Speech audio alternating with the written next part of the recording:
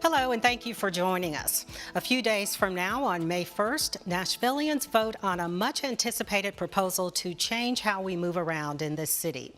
The transit plan has a multi-billion-dollar price tag, it's ambitious, and it has a lot of components.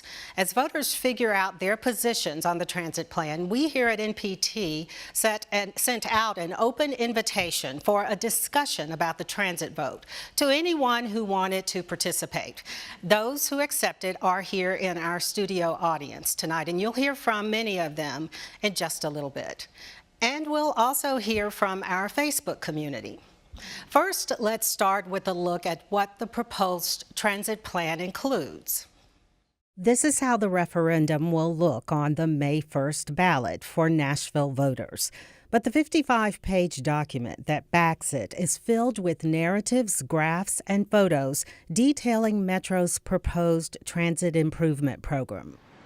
The stated goal is to reduce traffic congestion in the city, which most agree is bulging with growth and development, fueled by a soaring population increase in the region, as high as 100 people a day by many reports.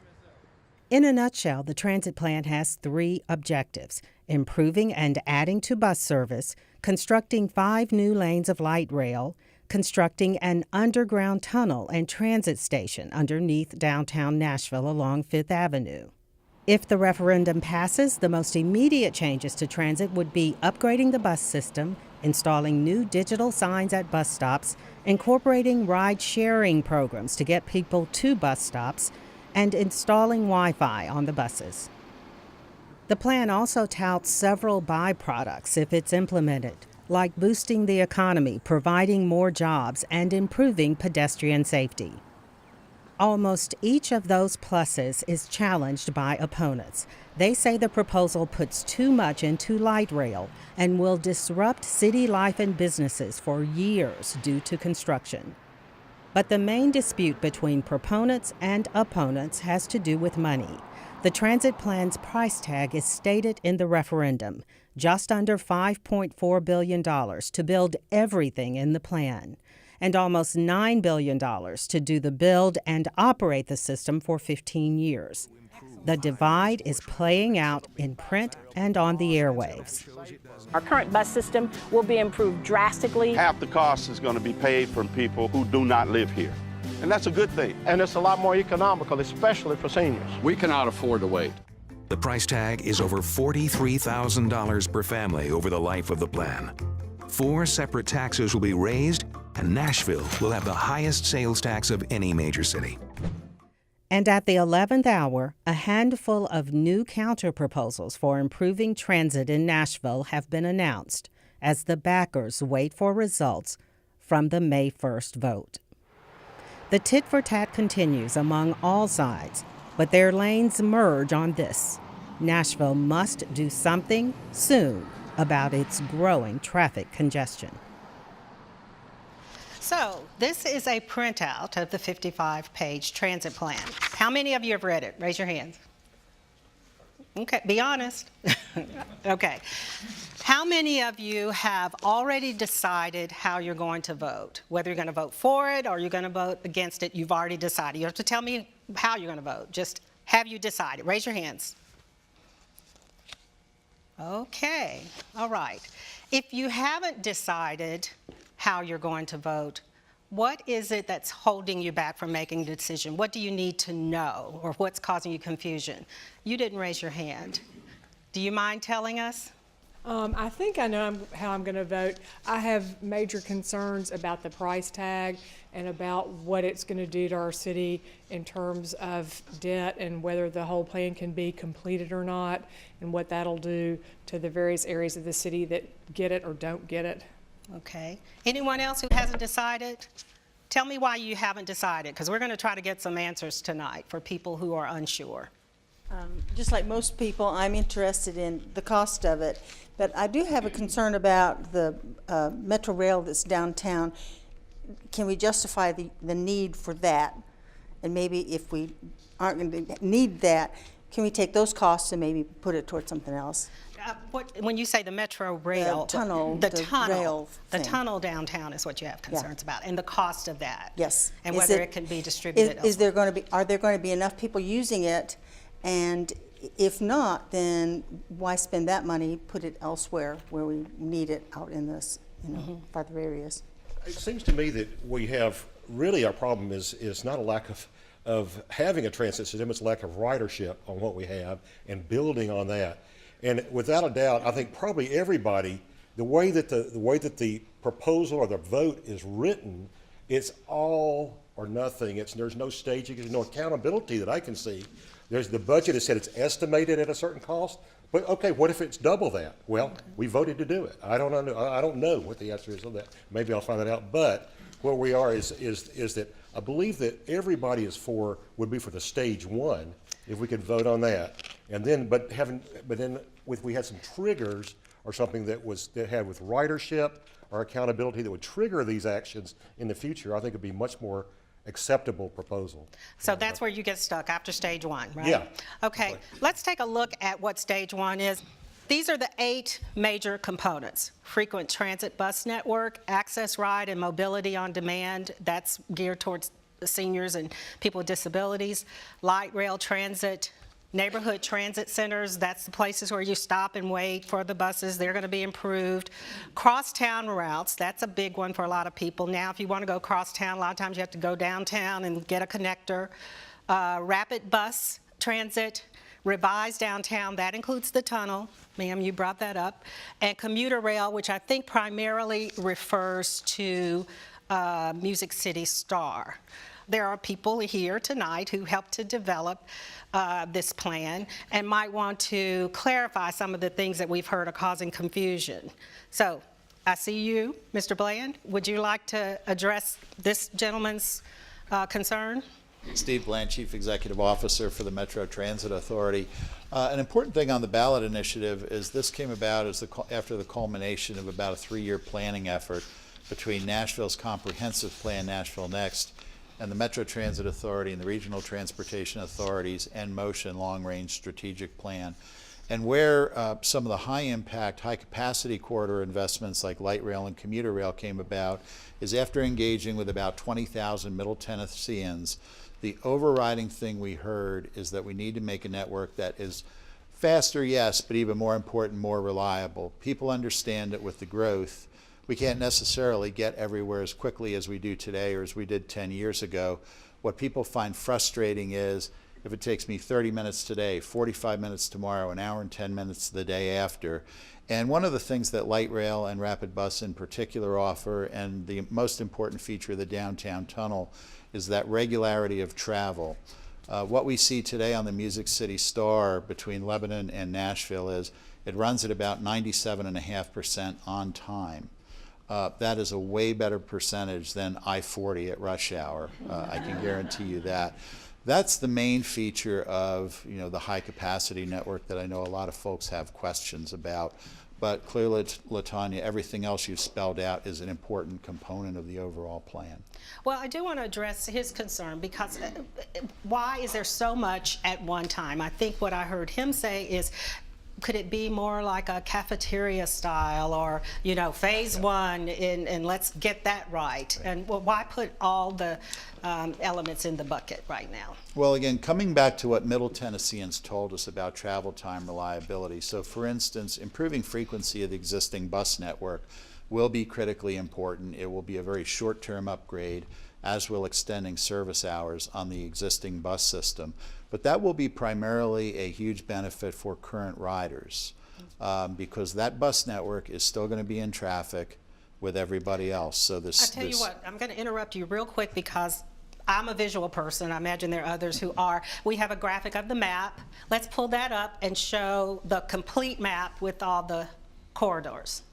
So if you take that core map and those blue and green lines, which include 28 miles of light rail, including about 1.5 miles of the downtown tunnel, the green lines, which are about 25 miles of rapid bus, that forms the backbone of a system that is extremely reliable in terms of its travel time, will be faster as traffic increases than what you can do in a car. And then the rest of the system kind of builds around that. So whether we have frequent bus service on many of our corridors, the crosstown routes that you referenced that many people are asking for, the mobility on demand, so working with the rideshare operators, feeding into that network to get not only to our congested downtown core, but through it to better connect our neighborhoods. Everything I've heard so far is how we're going to address all the traffic in town. And even, I think the ads or something I saw on the news said it's not going to reduce traffic, it's just going to keep it from getting worse. There's a tremendous problem with our interstate traffic. What is this going to do for if you've been on 440 or 65 or 24 or any of the interstates at 430, none of this light rail is going to help that, is it? Because these are on the interstates. So it's great for people getting from one part of Nashville to downtown and back, but what about everybody who is on the interstate at rush hour? Hi, I'm Erin Hefkinchill. I'm Director of the Mayor's Office of Transportation and Sustainability. I think the question was a little bit about the regional component. So as Steve talked about, this really started with the N-Motion plan, which was a regional plan. And the Improve Act, which you were mentioning, requires that the referendums happen on a county-by-county basis. Mayor Briley meets with the regional mayors on a monthly basis. He actually was just meeting with them on Tuesday. And the vast majority of them have expressed interest in doing their own similar referendums if we're successful on May 1st. It would be sort of silly to start a train in Murfreesboro and have it end at the Davidson County line. So you do have to start it in the core of the city. But I think a couple other comments that I would make on where these corridors are. The vast majority of them are in what we consider the same corridors with the interstate. The Music City Star is in the same corridor with I-40. The Murfreesboro Light Rail line is in the same corridor as I-65. So they are in the same corridors, and people can choose to ride the light rail instead of being on the interstates. But the other thing, have to get there. Yes, they do have to get there, and I'm getting to that point. Where the system is proposed for this first phase is in the area of town where we have the highest density of jobs and population. 76% of Davidson County residents will be within a half mile of transit, and 89% of all jobs. And the jobs number is actually the most important because people usually are more willing to drive to a park and ride, get on the train, as long as they can walk to their job once they get off the train. So that proximity to jobs is really crucially important. People, you know, as we've been having these conversations, we both through N-Motion but also sort of across the country, we know what some of the best practices are that attract riders: longer service hours, increased frequency, faster travel times, the reliability of the travel times. And those are all elements that are inspiring these plans. But it's a little hard to think about it from phase 1 to phase 2 because they're all components. It's like having a diverse portfolio of transportation options. Well, then I'd like to ask about this map, and you, if I understood you correctly, you said the transit corridors are accessible to 89% of the county. Is that correct? They're within a half mile of 89% of jobs in Davidson County. Okay. What about folks in Bellevue and Donaldson and Antioch, those places where I don't think these lines go? Donaldson has a Music City Star station. The frequent transit network that serves Antioch also will have frequency improvements. There are 2 park and ride locations in Bellevue, just to name a few of the examples that you talked about. But a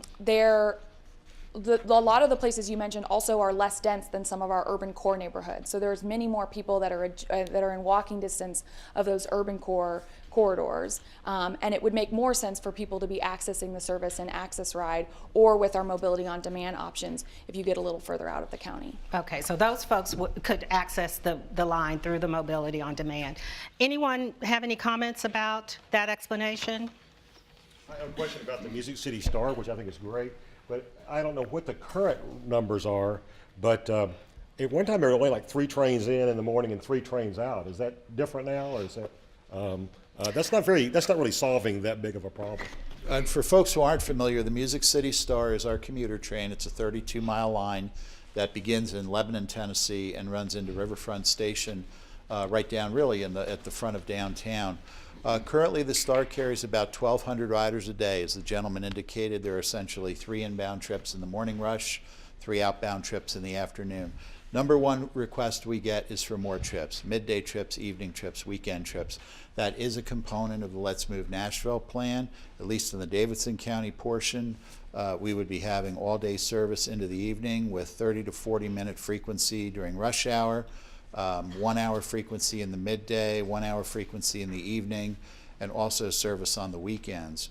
The Music City Star for the Regional Transportation Authority, even though Wilson County and the I-40 corridor are smaller markets than, say, I-65 South and Williamson County, I-24 and Rutherford County, and even Vietnam Vets and Sumner County, by far the Star carries more riders than any other corridor in the RTA network. And again, what we hear from Star riders is it's that reliability of travel time. And if you want to see people who are really kind of cruel in Middle Tennessee, go to Riverfront Station in the morning when the Star pulls in, when there's been an accident on I-40, and you will see people getting absolutely delighted that they beat their neighbors downtown by about 40 minutes. Okay. So. I think there's a lot of high tension around traffic these days, no matter where you are. This lady here in front wants to say something. I'm not emotional about the transit system. I'm practical about the transit system. I'm a pragmatist, and I look at research. My concern is I've not seen any research on the population from the Environmental Protection Agency, the Health Department, or the U.S. Corps of Engineers. I've not seen any research on developmental practices, soil conservation. I've not seen any research on eminent domain and how are you going to take inner city properties. I'm concerned, and I've been to Nashville Next meetings, I've been to community meetings, and on all of the panels, not one of our government officials who have the job have been on a panel to explain the whole process. Now, on my emotional side, I think it's wonderful. We need transportation. I've not seen statistics on the numbers of people currently using the system and how you plan on promoting more usage. I'm emotional, but I'm practical. Help me understand where my money is going.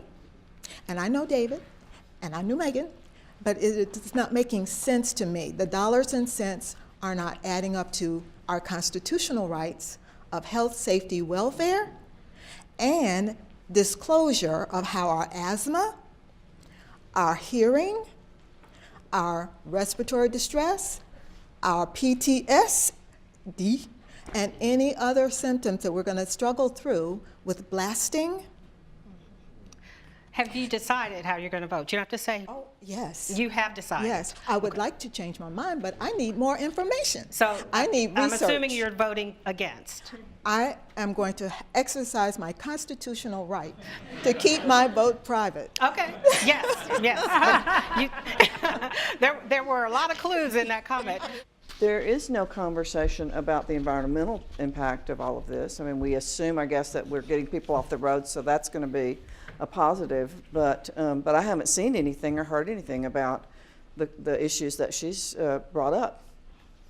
Okay. I'm resonating a little bit with the issue related to eminent domain. There were some very specific areas, and I understand it probably based on the percentages that were indicated earlier, but where are the transit stations? Has there been some kind of working agreement already in motion with people? Literally where they are, or you question where they are? Well, I see on the map some specificity, and I'm wondering, I can't help but wonder about where's it going to be in that neighborhood, and how is it going to be obtained, and what is that going to impact? How is that going to impact neighborhoods and individuals? Okay. I'm John Summers. Yes. I used to be a councilman. I also served in the first mass transit study, and I consider myself a supporter of mass transit. But there's a secret to this plan that really hasn't gotten much discussion, and that's the transit-oriented development districts. A state law was passed at the same time this was passed that gives broad authority to MDHA to be able to set up corridors as much as a half a mile, quarter mile on either side, all along these transit routes, gives them the power of eminent domain, gives them the power to set the land use policy, what we're going to see, instead of having 2- and 3-story buildings along these corridors, we'll have 4, 5, 6, 8, 10, whatever the development industry will build. They'll be able to get financing, tax increment financing through MDHA. So I think one thing that both sides agreed is that we do not have the density in Nashville. We are not New York City. We are not Chicago. We do not have the densities to support these light rail corridors. And so it's going to become a self-fulfilling prophecy in that we're going to see more and more development pushed through to be able to support this transit plan. And quite frankly, you know, the neighborhood activists in our group are really concerned that this is going to have a really devastating impact on our established cities. I'm Sam McCullough from East Nashville, and I have several concerns, one of which the rail station is located on one of those maps at the corner of North 6th Street and Main Street. Main Street being one of the corridors that it will run through to the Gallatin Road sector.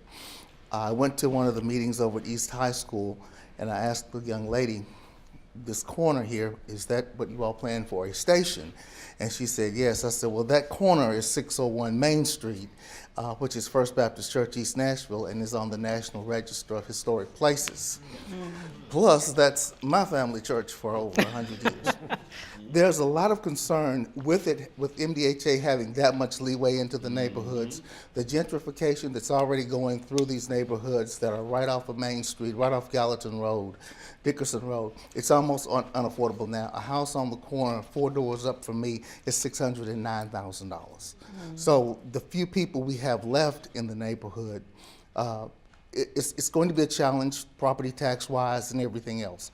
With the price that it's going to saddle people, especially those who are living in low-income jobs, the tax alone in 24 months, 10 cents on every dollar, that adds up. We're already in food desert area over there, so. To talk about the transit-oriented development district, the first one that we're talking about is in the Donaldson area, right around the Music City Star. And that actually is within, there's already an urban design overlay in Donaldson, and the transit-oriented development district that we're talking about is actually within the boundary of the UDO. So just because it says a quarter mile in every direction doesn't necessarily mean that's what the planning department and MDHA are going to decide. We're going to work with the communities to determine the best way to move forward. I've been giving transit talks all over the county, and it usually is at neighborhood association groups, and a number of the neighborhood association groups that I've been given presentations to usually have somebody from the real estate market there that talks to them about their value of neighborhoods, of their houses in the neighborhoods, and there almost always is a report about tall and skinnies and the pressure on our residential neighborhoods with tall and skinnies and this type of growth and development. One of the reasons we're having this conversation is because when we had the Nashville Next conversation, people told us that they wanted to concentrate our growth in the urban core, concentrate our growth along transit corridors so that we could preserve the character of our residential neighborhoods and preserve rural open space in the county. Nashville is growing really rapidly. There's 1 million people that are going to be moving to our region over the next 25 years. If they continue to move further and further out of the core and into our surrounding neighborhoods where every trip requires a car, that's going to be crippling congestion for our region. So being able to focus our growth along these corridors, done in conjunction with the community, is going to be a really important way for us to grow intelligently as we move into the future. And I'm just going to add one more thing because it's about affordable housing. The tax increment financing, which is the tool that will be available to us as part of the transit-oriented development districts, will allow us to have a certain percentage of TIF financing that will be dedicated for affordable housing. As most of the people in this room know, we've tried a number of tools to be able to have inclusionary zoning in Davidson County, and it's been overturned by the state. So we're limited in our tools to be able to have more affordable housing. And this is going to be one of our most powerful tools to ensure that there's affordability along the transit corridors. Is there any way to give some specifics around that? Like, are there designated areas for that instead of just saying the money is there? Well, the other thing that Mayor Berry started when she was here and Mayor Briley is moving forward with was the Transit and Affordability Task Force. And that was led by former Mayor Bill Porcel and County Clerk Brenda Wynn. And they convened a whole number of community groups to come together, community leaders to come together and make recommendations. And one of the recommendations that they had was that we need to do an inventory along all these corridors so we have an understanding of the type of housing that's in the corridors before we get started. And then we need to set ambitious goals for affordability along those corridors and make sure that we have the tools and the resources to be able to meet those goals. So those are steps before these centers will be implemented. Yeah. Mr. Bland, is it possible that maybe there are some things that would clarify some of these concerns, but they just haven't gotten out? Because I heard Erin say something that would alleviate some concerns in her last comment, saying that, before we do anything, we're going to go in there and do studies, whatever, but I'm not sure that has So been the maps communicated. you have up are conceptual. There are no specific locations designed, and frankly, one of the things that has been frustrating and disconcerting is there are opponents of the plan who are using this as a scare tactic. I've gotten calls individually from... Clarify what you mean. Using I've gotten what calls from property owners saying, your dot on your map is on my property. Are you taking it? Somebody told me you're taking my property. Absolutely untrue. Okay. To date, the transit centers that we've been working on have been in collaboration with community agencies. So for instance, we're working with Tennessee State University on a potential center in North Nashville that would be on and adjacent to their campus. We're working with the Metro Nashville School District with their reconstructed Hillsborough High School on a potential site at their campus. So what about what Mr. McCullough said, though? Someone specifically saying it's going to be at the church at 600 May. Anyone who told you that was not affiliated with the Metro Transit Authority or the Mayor's Office or MDHA or Metro Planning or any of the consultants to any of those groups. Because I would think Erin and I would know something about that. Okay. So that's a complete untruth. Not sure who told you that, but it's not in the plan. So these dots then are estimated They are conceptual. positions. Okay, they are conceptual. And so what I no would one tell should take you- it literal when they see a dot that looks like it's close to So their a good neighborhood. example of what you're talking about in the MDHA process is what MDHA is doing in Donaldson right now. And they've had a number of neighborhood meetings. And a lot of those are centered around neighborhood visualization of what do we want to occur here? What is the type of development we want to have happen? That's been a very engaged process trying to build consensus, and there's certainly disagreement within neighborhoods. If this moves forward in any of those corridors or for any of those sites, the first step is what we refer to as pre-design, where we meet very specifically with neighborhoods, businesses along the corridor, homeowners, residents, obviously through our Metro Council folks kind of leading that effort. So this is very much a community engaged effort. Has been from the very beginning, and it will continue to be up through design, construction, and commissioning of systems. And again, what's been disconcerting for the calls I get, because people are afraid, is that it seems to be the result of misinformation that's getting out there from not sure who. You've mentioned that you're going to meet with neighborhoods, but at some point, you got to put the lines down. Right. What happens then if the neighborhood has said, I'm not sure about this? Well, we work closely with all of our neighborhoods to design services and to design improvements, and that's a consensus. Look, this plan isn't something that the mayor's office cooked up or the MTA cooked up. This came from you.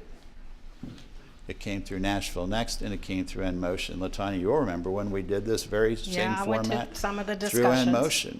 I think where we are now is all those discussions, and you all did a great job of hosting them all over the place, has boiled down to something that I think people are still not sure about and may have some confusion around.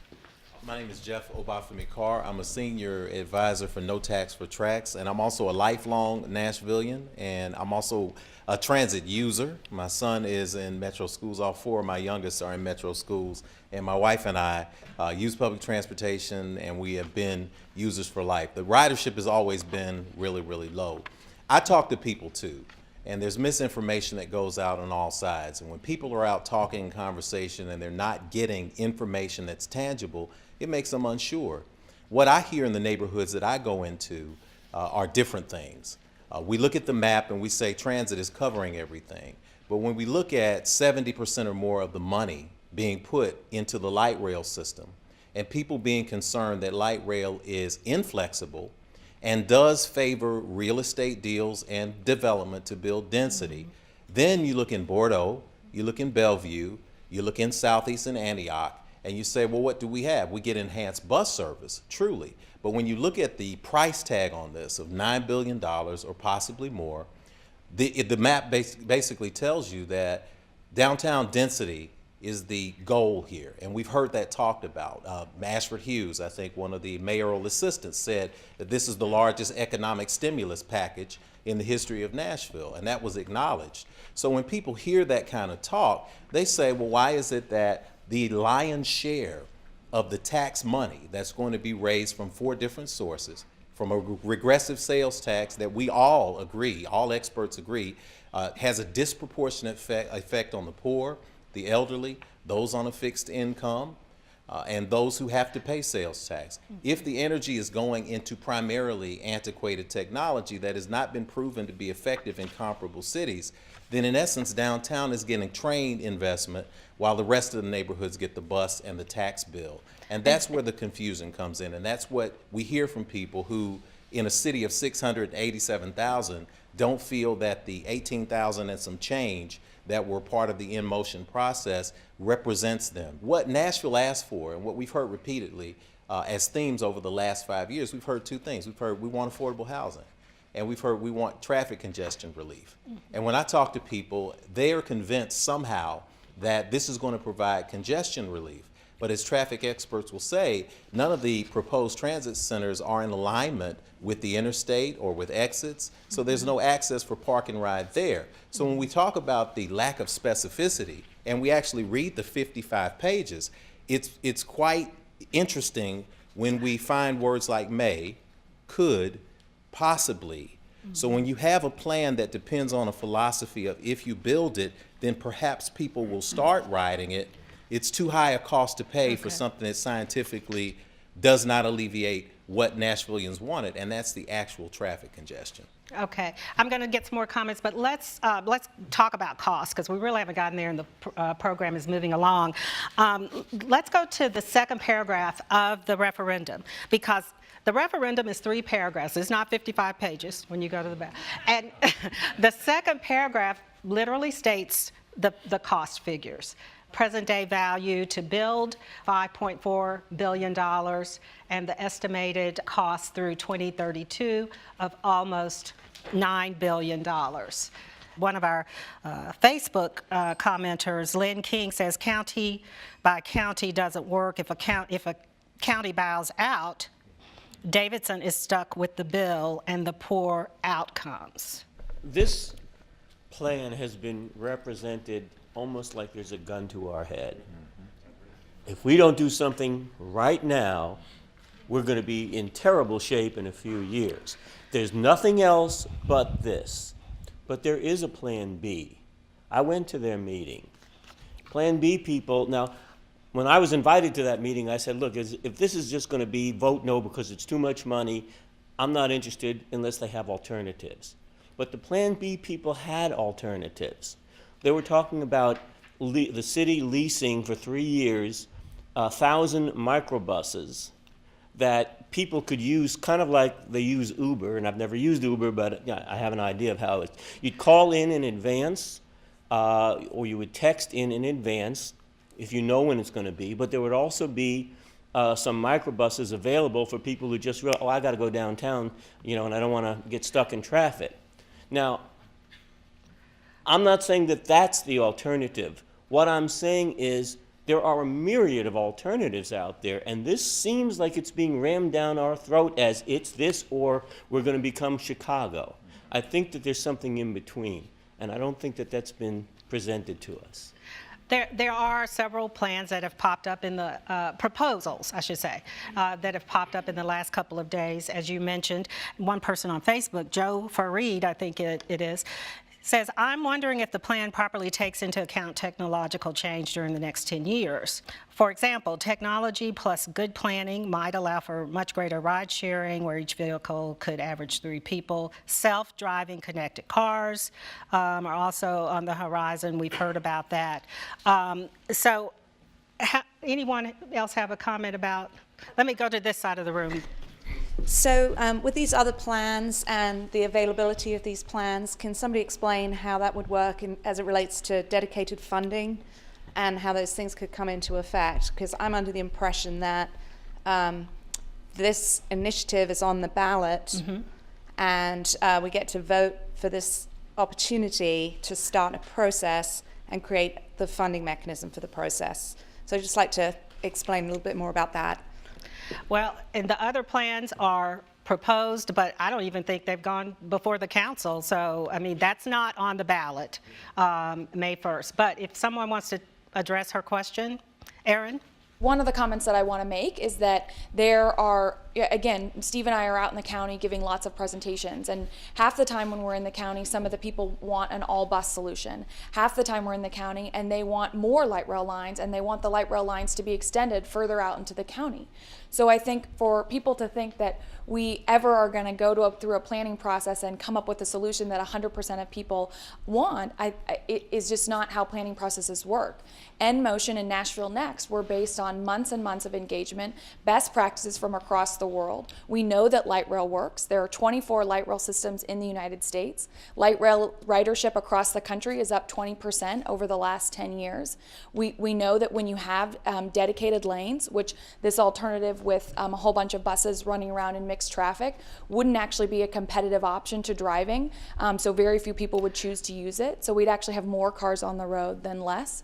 So I think that there's, we've heard lots of input from the community, and there were 3 options that were proposed as part of the NMotion process, and we're moving forward with the next phase of trying to achieve dedicated funding to be able to move forward. And it's not about, you do bus or you only do light rail. Each of these options makes sense in a different part of our county. Light rail makes sense on our most congested corridors.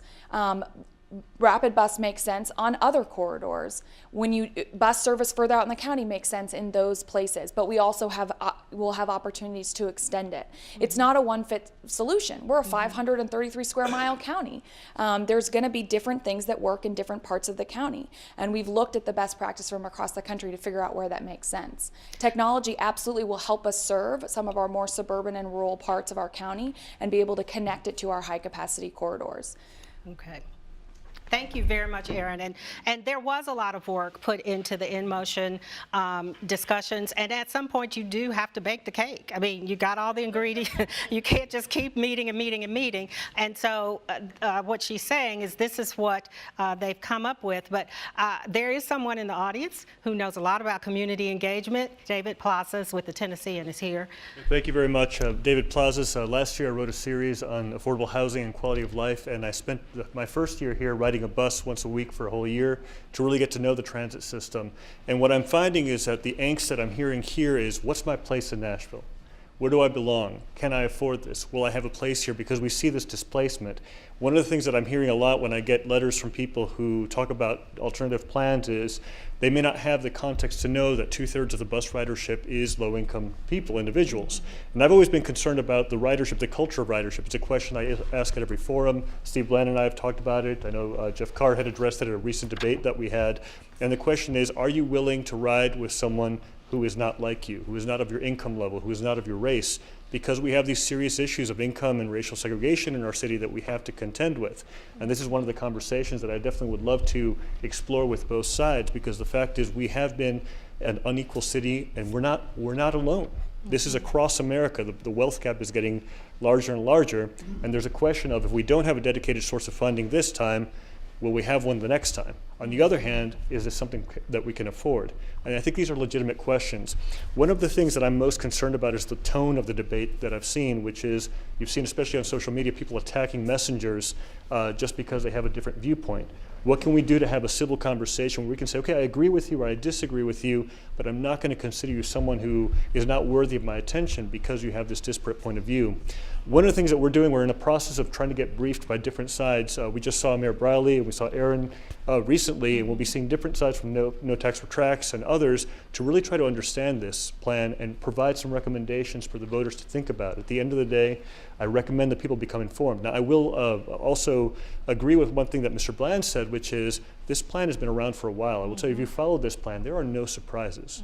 I mean, this has been around for some time, and I do realize that around election time, people suddenly wake up to what's going to happen because it is a very serious commitment. It's a very serious expense.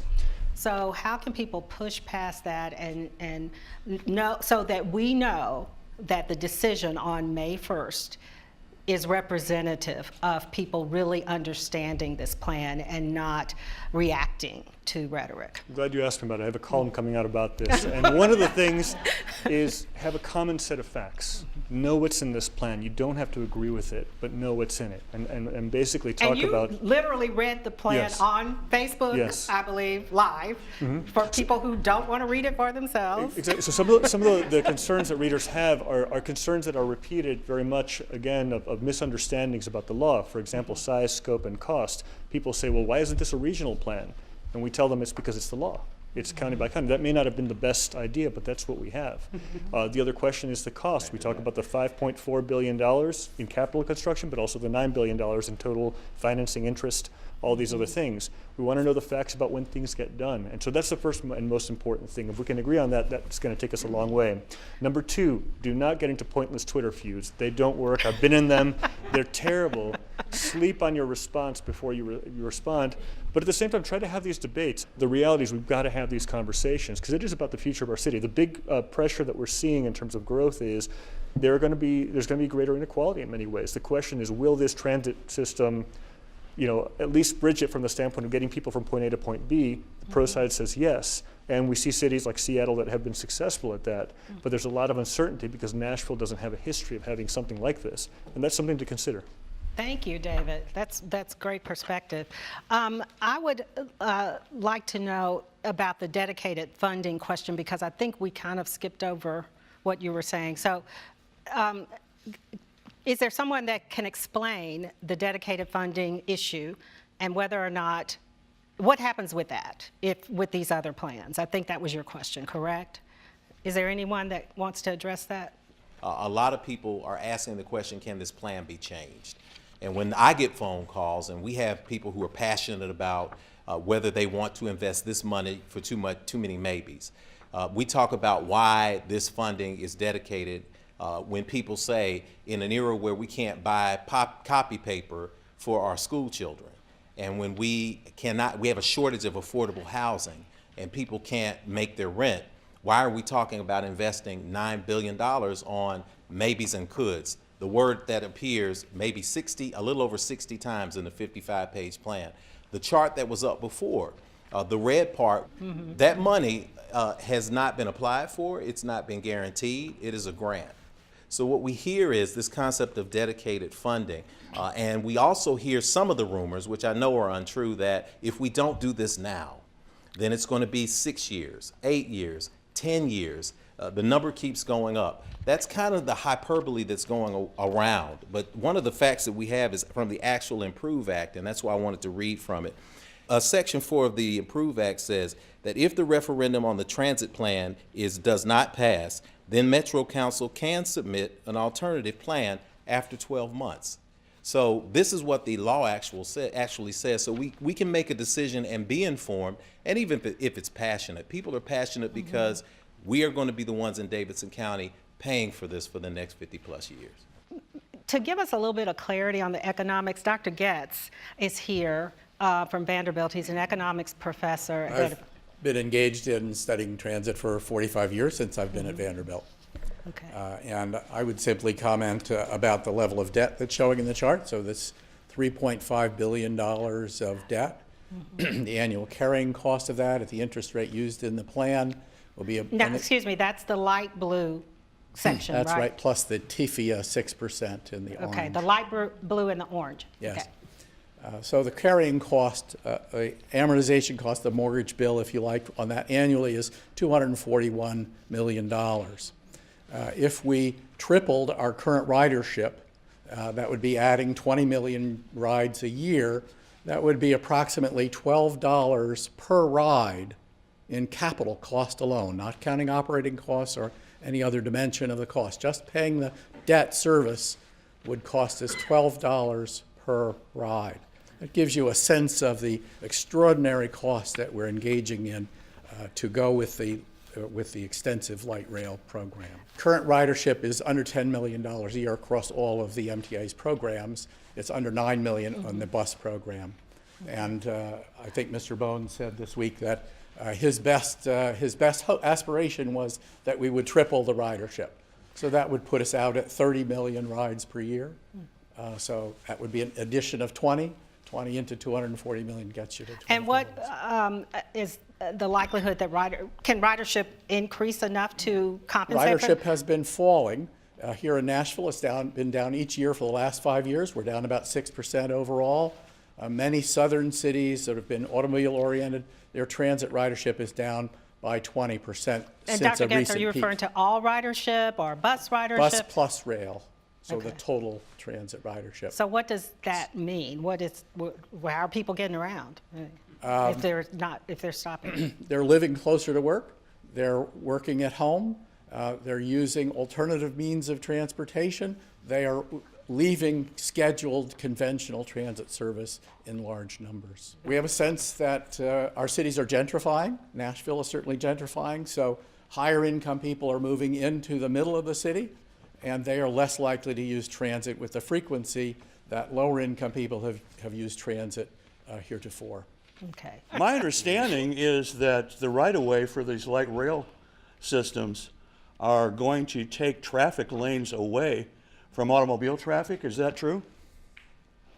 Are they taking traffic lanes away or adding traffic lanes? Now, where would I get that? Adding.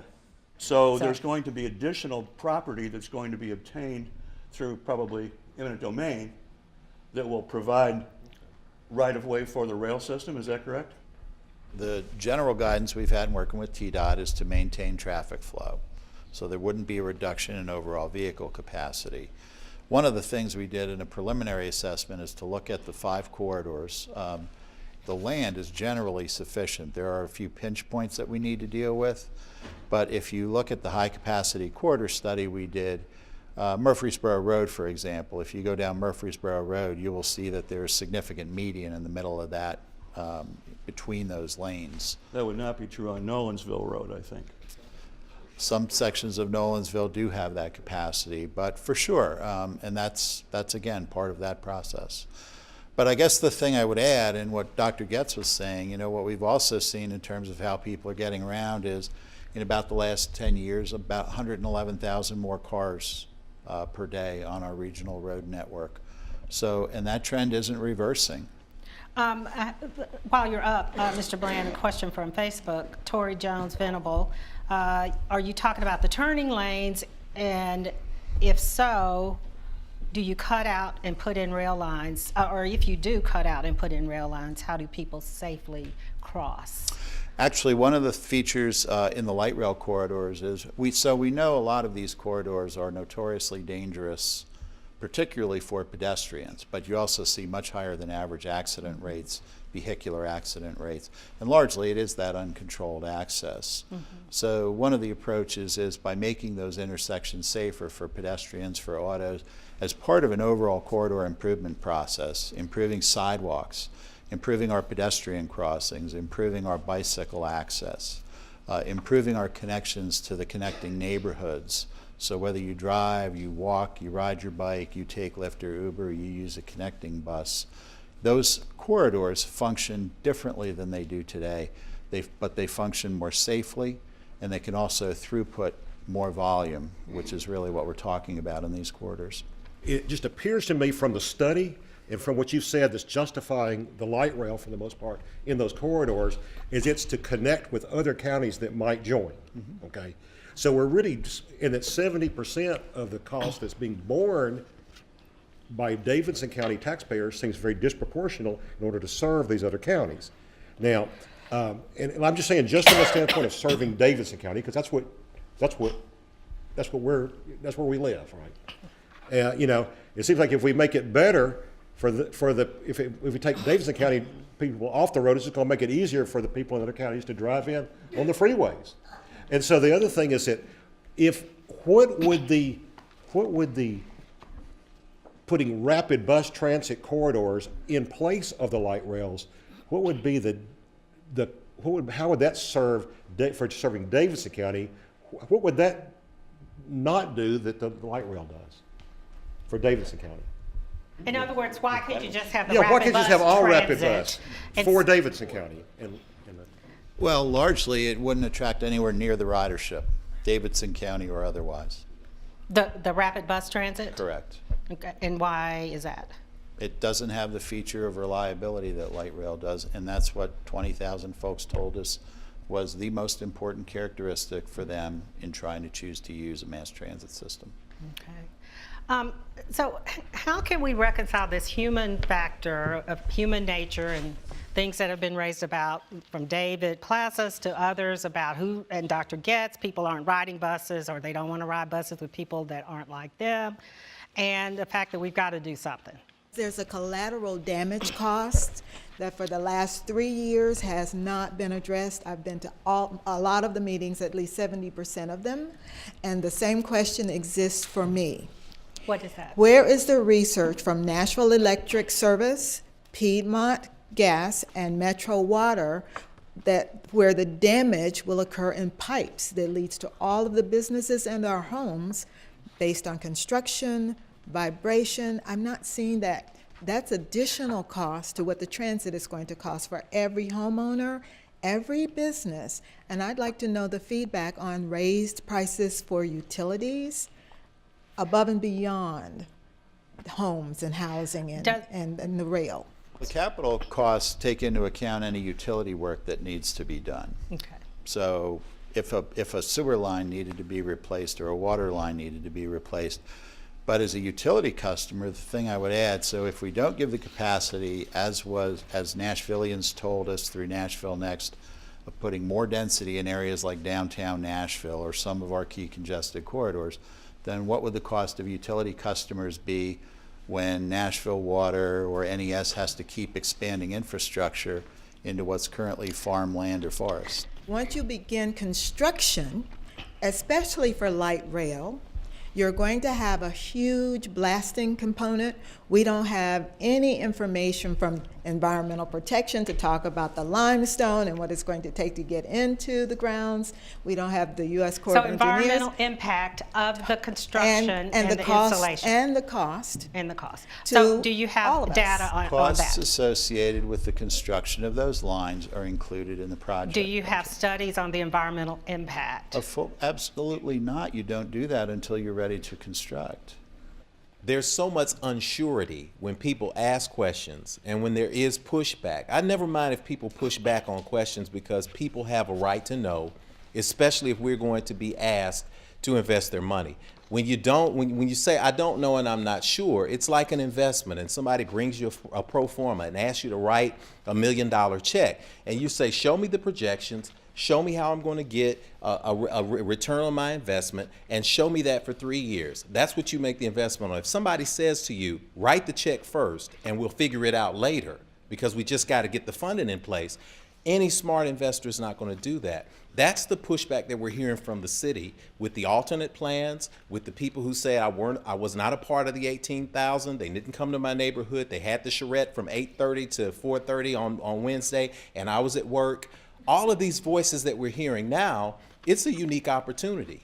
One great thing is there's so much more information and so many more questions that have been raised now on a mass level throughout Nashville that I firmly believe that there's absolutely nothing wrong with when people vote against this, especially paying attention to the last line in the referendum in the last paragraph.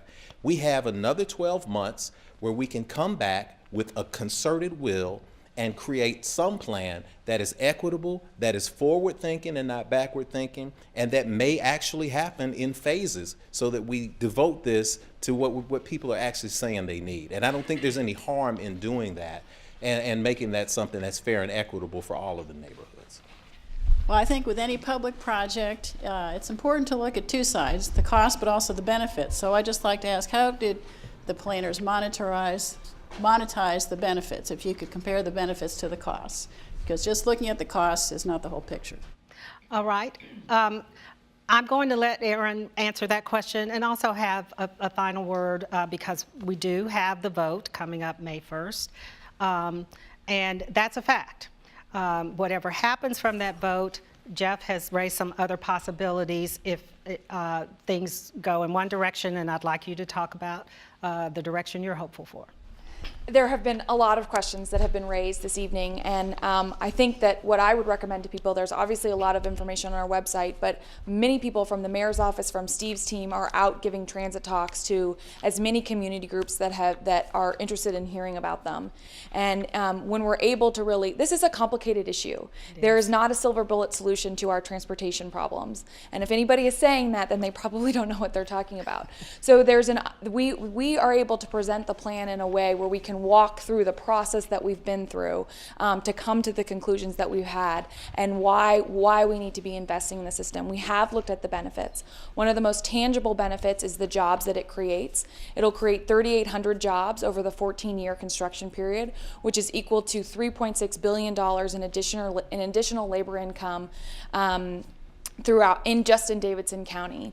And Mayor Briley and the Metro Council are very committed to ensuring that as many of those jobs as possible go to local Nashvillians as well as our disadvantaged business enterprises.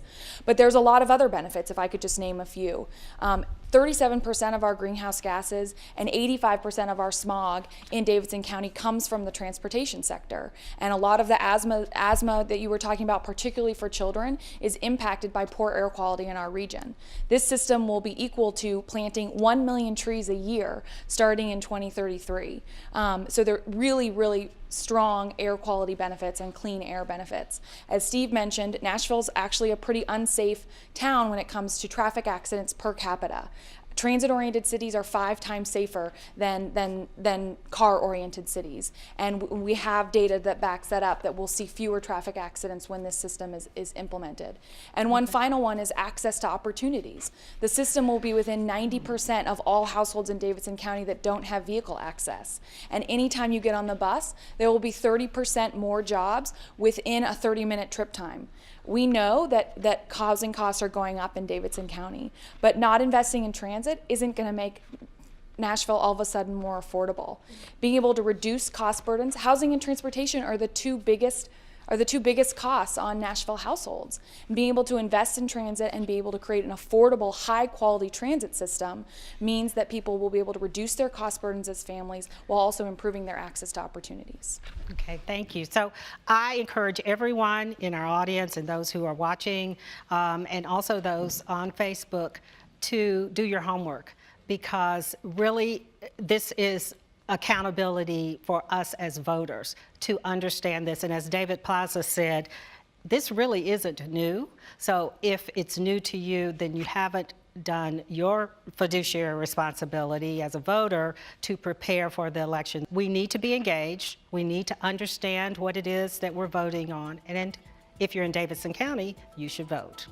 Thank you all very much for joining us, and early voting on the Transit Improvement Plan is already underway. It began April 11th and continues through April 26th. The final vote is May 1st in Davidson County, and we hope this discussion has been helpful and informative. Thank our studio audience, thank our Facebook audience, and thank you for joining us. Safe travels.